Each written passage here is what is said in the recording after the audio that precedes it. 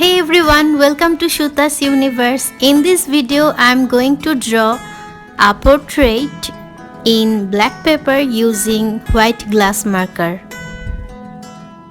As you can see, I have sharpened the white pencil quite nicely and I've started to draw.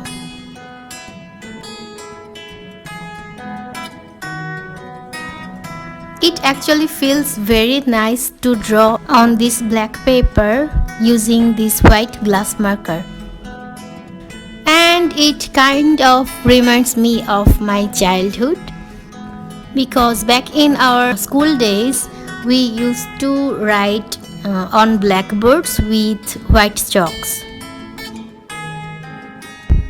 I have mentioned earlier that I love working on black backgrounds.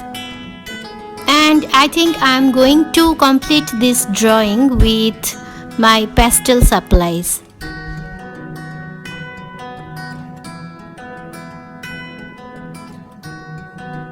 Wow, my black eraser did very well job to erase some places, which makes it real easy to draw with this white pencil.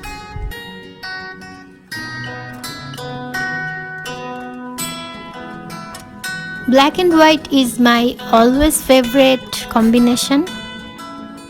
It's not going to be this way though, it's going to have a lot of colors.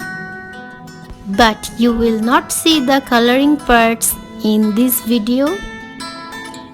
It's going to be in the next one. I thought I would do a separate video for the drawing and another one for the coloring part. Drawing is a really important part when it comes to making a portrait, because you can't get a portrait right if the drawing is not perfect. So I really hope that you enjoyed this drawing video, and if you are curious about how this looks once I have finished coloring, then try watching the next one as well. Thank you very much for watching this video. Stay connected to Shuta's Universe. Never stop being creative and don't forget to subscribe.